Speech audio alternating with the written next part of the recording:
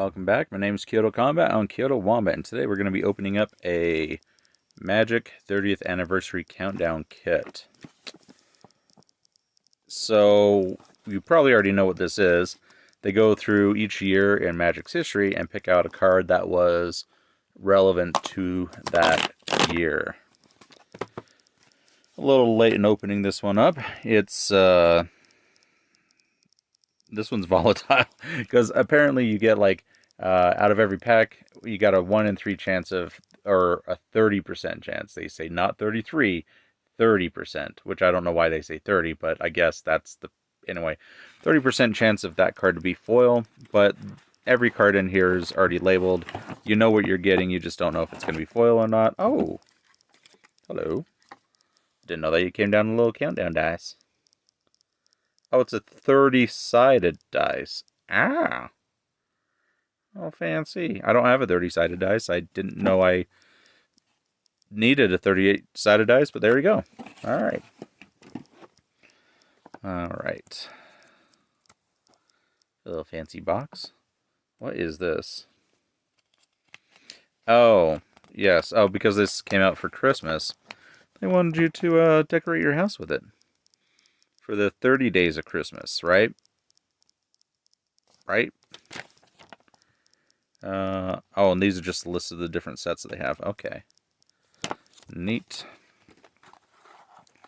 So, oh, and they have little hangers here that you can hang up on your Christmas tree or whatever. So I know the big hit in the box is the Chrome Mox. There are a few other ones that are pretty valuable, but that's anyway. 93. So I started playing this game back, I think Ice Age. It was either Ice Age. It was during Ice Age, Mirage, Weatherlight. I think Weatherlight may have been the new set that came out. Oh, foil Shivan Dragon.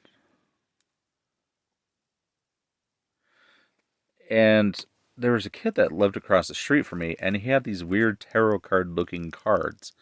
And I'm like, what are those? Because as you know, me growing up in a Christian household in Utah, of course, anything tarot card related was of the devil. Because that's, naturally what you do. And so, of course, I was immediately intrigued. And he showed me these cards, and I ended up trading some Legos for a pile of garbage cards. I don't know. There were a bunch of revised and 4th edition cards. Foil Mishra's Factory. Fancy. And this is before the internet was a thing. Like, the internet was a thing, but you had to go down to the library to use it. Like, if your house was lucky to have a computer in it, let alone the internet. So I remember I put together my first deck. It was a green and something deck. I don't remember if it was multicolor or not, but it was green, and it was like 90 cards tall. And I believed at the beginning, what happened is that when you used a land, I thought you sacrificed it. So I'm sitting there in middle school, junior high? Yeah, junior high. In the library playing against another kid that had magic cards. And I had my Scaled Worm in my hand, my Craw Worm, all those big old baddies. And, Necropotence, not foil. Womp womp. Really good card. I remember when these were, before Commander was a thing, these were like pennies for Necropotence. But that was my first Magic the Gathering experience. And I slowly learned. I didn't play in my first tournament until it was a Tempest tournament. By the way, this is going to be a long video, and I am going to be talking a lot because you've already seen everyone open up all the cards. If you wanted to fast forward to the end and just see what I open, be my guest. This is more or less like, since we're kind of going down through Magic history, that I would tell you my story, my Magic story. My first tournament was I forget what they called it. It wasn't sealed, But what you got these tournament packs, which was basically like 3 packs in a box. Like you got 3 rares, uncommons, commons, and lands, and then you got 2 packs, and you open them up. And I remember my first one, I opened up a Cursed Scroll, and that was when Cursed Scroll was like $20 at the time, and a $20 Magic card at the time. That was some serious business. Um, I didn't know what I had, and everyone was like, "Oh, trade it, trade it, trade it, trade it." But I didn't because I'm not about to trade something I don't know for something I do know, or whatever. Uh, oh, ah, Foil Limdol's Vault from, what's this, Ice Age or Alliances? Yeah. But yeah, that was my first. My DCI number was 1299505. One thing that I don't like about them going to this new system is that I can't show off my little tiny little number. It's the only time in my life when something that's been small has been something that I actually. Um, anyway, so it was around this time when I heard that you can net deck. I didn't know what I was doing. I was playing like goblin decks and stuff. But I remember that there was a white weenie deck from around this time, 97. I think this one's going to be a Tradewind Rider, which was okay. So, yeah, I had this white weenie deck with like Tradewind Rider. I got a story about that card, but it was like a bunch of shadows. I remember I played with like Imperial Armor, that Weatherlight card. That buffs up your creature. It's an enchantment that buffs up your creature for more cards that you have in your hand, which was actually a playable back then. It's a super terrible card. It got like Paladin End Cores and stuff. Oh, maybe that was a little bit later because that came out in Exodus. Anyway, but Tradewind Rider was a huge deal back in the day. Like it was like turn 1, you brainstorm. I don't remember if brainstorm was even legal at the time, but you brainstorm. Turn 2, you had a counterspell open or something like that, or you wait until turn 3 where you can lay down a Mana War. Turn 4, Tradewind Rider, and you can just control the game with this. But I traded for a unlimited Black Lotus, and he was in really good condition. If it was being graded today, it'd probably be like a 9. But this kid came in and he had a Black Lotus and he was trying to sell it to the store that I used to play at, which was a store called Games People Play.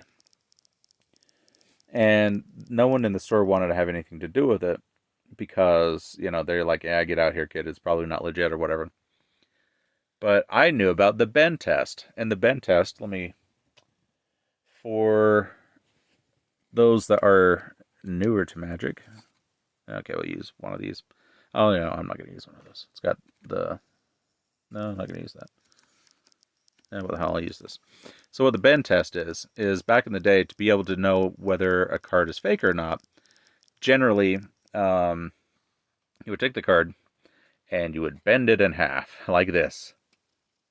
Like that. Oh! And if it wasn't real, you would have crease lines down here from the printer because the printing back in the day was terrible. Or a surefire way of doing it is to rip it in half, and you got the blue ink on the inside.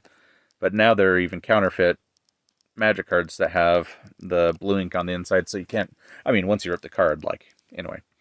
But the guy came in, and he had that, and I'm like, I'll trade for it. And at the time, Black Lotus was a $300 card. And I had a binder, and it had a whole bunch of stuff, but I had 2 Tradewind Riders in it. And Tradewind Rider at the time was like a $15 card, and I told him I'd trade him like a stack of cards, but I'm like, I'm not going to trade my Tradewind Riders for the Black Lotus. And the guy said, okay. So I managed to trade, I don't know. I mean, I don't even think it might have been $200 worth of cards. But I put my foot down on the Tradewind Riders. And I got this unlimited Black Lotus, which, is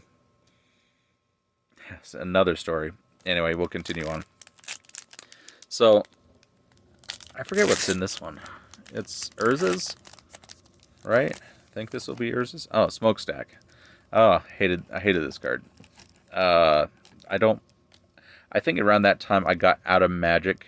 At the wrong time. I got out of Magic during Urza's block, and I came back in right at the end of Urza's Destiny before creating masks. But one of the reasons why I got out is because I got the Black Lotus ripped off for me. So there was a website that you can go to called Magic Online Trading League, and it was basically a bulletin board that you said what you want and what you have, and then someone else would say what they want to have, and then there'd be references. You make a trade, there'd be references and that kind of thing. For the most part, worked out just fine. This guy, and of course I was a stupid, I couldn't even drive at that point, maybe 14, 15-year-old kid, and, oh, squee. Huh. Speaking of Mercadian masks, um, I put on my board, unlimited Black Lotus, serious offers only, guys, you know. And this guy from Canada said that he would trade it for 2 beta moxes. It was like they weren't the great. It was like an emerald and a ruby. You know, it wasn't the bigger ones. And my idea was I was going to trade down because I wanted to get a whole bunch of cards because whoever thought that Black Lotus would have been worth like with what $50,000, $40,000 today, you know, something crazy. I don't know, but I wanted to kind of trade down and then trade and then trade and then trade down to get more cards because I played the game. And I sent the card off and he didn't send the card back. Yeah. And at the time, $300 wasn't worth pursuing it through the post office or anything like that. Apparently, the guy hijacked someone else's account that had a lot of references and ended up scamming a bunch of people. Sad. Lynn Civvy. Now, this card broke. This card was terrible in Magic for the longest time. Not terrible because it was a bad card. I mean, today's standard, it's a bad card. But the Legend rule, how it used to work back then, is that whoever got their Legend in play first basically won. Meaning that if there's a Legend in play, you cannot cast another. No one can cast another copy of that Legend. So when Rebels were a big deck back in Masks, Nemesis, Prophecy, is basically who went first and who had a Lynn Civvy in their hand. Yeah, I mean, you know, they had ways of getting rid of, you know, but that was pretty much what it was. It was big old Rebel deck. That was big back then. Anyway, I briefly worked at a card shop where I got paid a pack an hour because it was under the table, and that was during Mercadian Masks. Oh no! Like what a time to be getting paid a pack an hour, right? Wild Mongrel. This what was this? Odyssey? Yeah, I got back into Magic and then got back out of it for a while. I think I played a little bit of Odyssey. I couldn't tell you what kind of a deck I had. Oh, with that Black Lotus, I did cast it once. I managed to be able to actually use it in a game once. And let me try focusing. It was a big old game back before, obviously, Commander. But it was a multiplayer game. It was just like 8 kids sitting around a table playing, you know, their 60-card deck. And I managed to cast 2 River Boas on turn 1. Excellent. What do we have here? Oh, Genesis. Okay. Was that Judgment?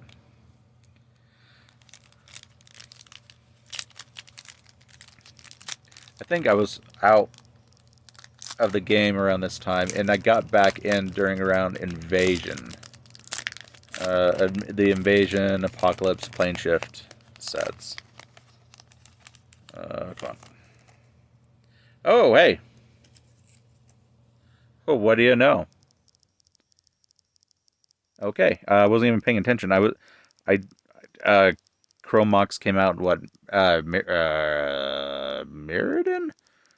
I wasn't playing during that time. I thought that Invasion came out before Mirrodin.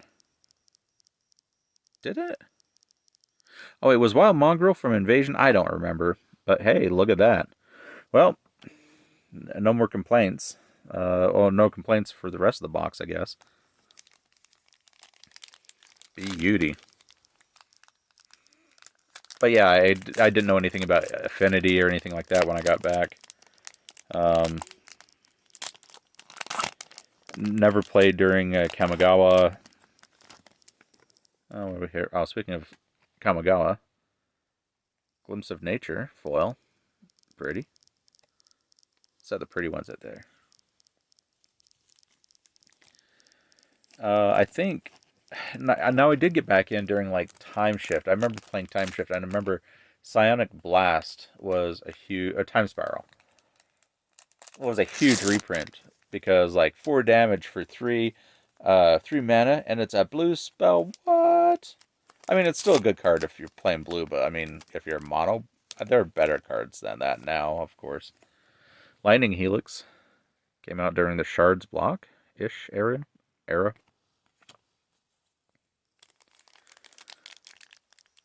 Oh my gosh. Did I? Oh, that was 2005. Good lord. Was that Lorwyn? I don't know. For a while there, I got out of Magic. Let's see, what do we have here? Bogarden Hellkite. This was a card. I think it was. No, I don't know. I'm doing this on impromptu, obviously, because I don't have obviously don't have any plans. I just wanted to come in and talk a little bit about my Magic history, but I forgot that, after the earlier part, like the other stories I have, working at that card shop, Pokemon came out around that time when I was working there, and that was huge, and I played that for a little bit. Kind of put Magic on the wayside for a little bit. Mainly because I was also selling Pokemon cards to one of my high school teachers. Like her kid played Pokemon, and I would go to like Toys R Us or just the local stores, and I wouldn't like rip people off or anything because well, there was a time when I made more shady trades, but I wasn't like giving kids 10 cents on the dollar or anything like that. And I take those cards and I would go to my high school class, my high school multimedia class, and I would sell them to her. And she would just be like, "Oh, is that how much you're worth? Okay." She'd cut me a check. Heritage Druid. I wasn't. I didn't lie to her or anything about the card values, but her kid just liked them, and her husband made a lot of money, and she just taught just a kind of a passive thing. So it was a win-win. But that was Magic and not oh, that was Pokemon, not Magic. I do know that there was one embarrassing moment in junior high when I was first playing Magic, and this story is terrible, but I'm going to tell you. Well, not terrible, but it's embarrassing. So, if I can't think and open up or talk and open up packs at the same time, it's weird, especially when they're like in here gingerly. Oh, jeez. Bloodbraid. Never played when Cascade was a thing, and I think that's probably for the best.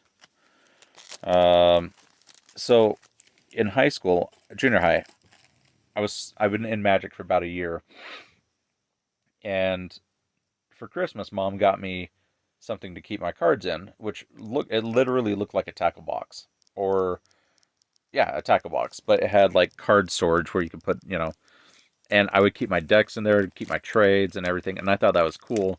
And of course, I would bring that to junior high. So I would go to class, and I'd just have this random, what it looked like a tackle box. People just thought I was like a fisherman or something. I don't know. Well, one day, in between classes, dozens of kids going in between classes on the hall, someone bumps into me and opens up that case, and Magic cards go all across the floor in between class, and I'm just sitting there, just trying to pick them out. Now, Magic wasn't a thing. Like, no one knew what Magic was back then. Like, well, it wasn't mainstream or anything like that. Oh, Foil Sun Titan. That's a pretty card. Beautiful. So I did nothing to help my popularity in high school by playing Magic the Gathering, and man, if I could go back in time and kick my own ass, I totally would. Anyway,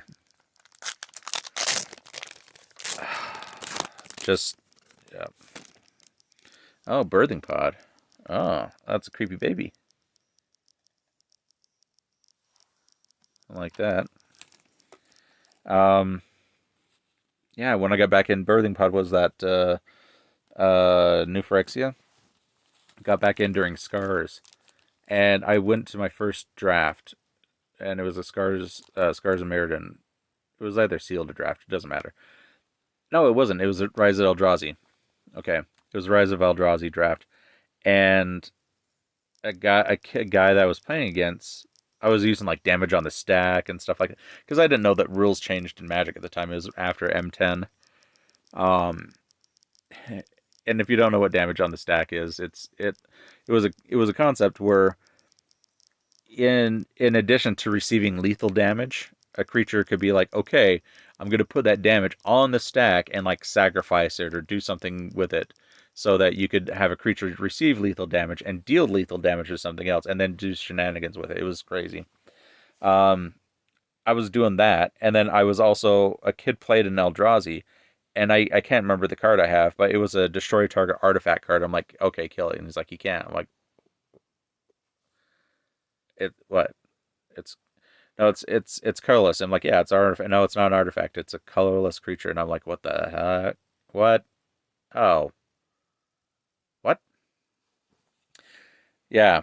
And then of course, during the Scars block, I did what everyone else did, and I built my Cobblade deck. Had a deck. It was a blue-black artifact deck with Tezzeret. That was pretty fun. Tezzeret, Agent of Bolas. That was a good time. That was when I really started. Oh, look at that. Foiled Deathrite Shaman. Yeah, around this time was probably peak Magic for me, hanging out with a bunch of friends. That's where I met um, other guys here on the channel. I was playing Magic around that time. Go every Friday. Everyone would know each other. Just hang out after. Go get like a burrito or something like that after playing Magic, or go to the hospital. Like we would just go to the hospital because they actually had good hospital food. Just go there and with a bunch of other college kids around that time and just eat burgers and stuff. It was a good time. And then life happened. Sad.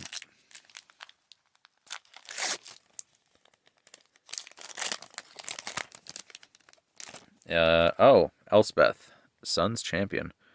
Oh, with the little bit of damage here at the bottom. Oh, this whole bottom feels raised. That's weird. Oh, you can't see it. A little damage there. Oh well. It's a cool card. I remember Theros coming out. Oh, that was a terrible set. It just felt like you go from Ravnica, or Return to Ravnica, that block. You know, it was what Dragon's Maze and whatever else. It felt like the game got pretty exciting there with all the multicolor stuff and the cool mechanics, and then it felt like the game just slowed down right after Theros came out. Siege Rhino. Yeah, like cards like this, like a mid range, like this was a monster back then. You get out of here. Here. Anyway, now we're getting more towards modern cards, or not modern cards, but more familiar cards. I have less exciting stories or anything like that. I've skipped over quite a bit, but those are generally my big moments. Dragonlord Ojutai.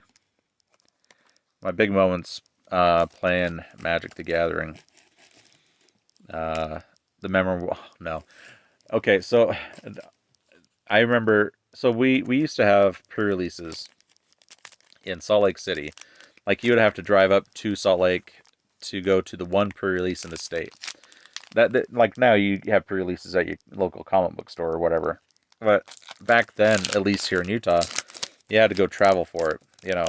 And you'd go into a room with a bunch of sweaty nerds and play Magic. Thalia?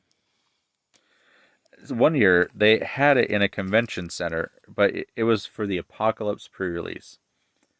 And I remember we had to go into it was a motel, no, it was a hotel, but they had like an indoor pool, but it wasn't like a Marriott or anything like that. It was smaller. It was like a Best Western with like with like a conference room, and we played like there's like 120, 130 sweaty nerds inside of this small conference room. I swear you barely had enough room to fit all the tables and chairs in there. And right outside of that conference room was an indoor pool. So not only were we all sweaty nerds in there playing Magic, and of course, the whole nerds not showering thing, but then, oh, Nicol Bolas. But then you also had an indoor pool to make it all humid in there. Oh, that was a bad time. Uh, but before they used to have the pre-releases at the University of Utah in the Grand Ballroom, which is a huge room. So that was better. I remember we went to the Arc like Phoenix. Went to the Invasion, and no, I don't think it was Invasion. I think it was. Oh, we went to maybe it was Invasion and Plane Shift. Whatever the one that Frixie and Scuda came in. We went up there for him. Oh, Emery Lurker of the Lock. But nowadays, where you could just go down to your comic book store, that's pretty good. Getting down to the last couple of cards. Oh, Shark Typhoon, not foil. Wow, wow. Still a cool card. Like it. Can't complain though.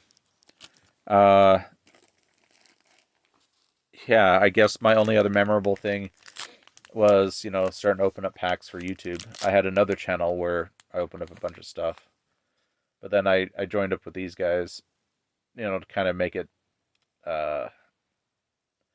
not so much of a burden to open up a whole bunch of stuff by myself. And one of the videos I didn't record was me opening up a red neon Hidetsugu out of the Neon Dynasty collector packs. And that would have been the only one on YouTube at the time. So it would have definitely brought a lot more people to the channel. Elite Spellbinder. This reminds me of old like 80s Marvel comics. Like, yeah, like Silver Surfer or something. Anyway, I digress. Last pack, last card. I think this one's Lotus something, Lotus Bloom. But thanks for watching. It's been... Oh, there's 2 cards in here. I thought that there's only going to be 1. Oh, yeah. Nashi, and then the foil Lotus Field. Pretty. All right. Well, I mean, I can't complain. I mean, the other bigger hits would have been like an Elspeth, Necropotence, the Shark Typhoon. But the big one right there, yeah, I'm okay with that. Like Sun Titan, I think is worth a little bit too because of the foil. But anyway, thanks for kind of walking through Magic history with me, or my Magic history. Uh, yeah. If all you did was just fast forward to the end, well, you missed an old guy rambling about his younger days. Yeah, so you didn't miss much. Anyway, thanks for watching. Till the next time. Later, kids.